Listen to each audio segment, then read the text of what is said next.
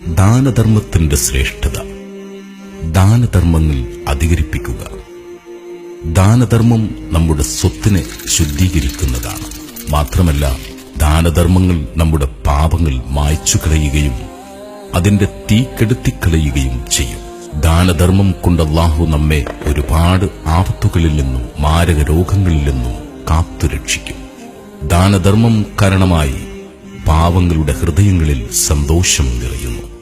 നമ്മുടെ സ്വത്തിൽ ബർക്കത്തും ഭക്ഷണ വിശാലതയും നൽകപ്പെടുന്നു. ഓർക്കുക, സ്വതക്ക ചെയ്യുന്നവൻ അന്ത്യനാളിൽ അവന്റെ സ്വതക്കയുടെ നിഴലായിരിക്കും. അന്ന് ഈ ദാനധർമ്മങ്ങൾ അവന്റെ വിചാരണ എളുപ്പമാക്കി കൊടുക്കും.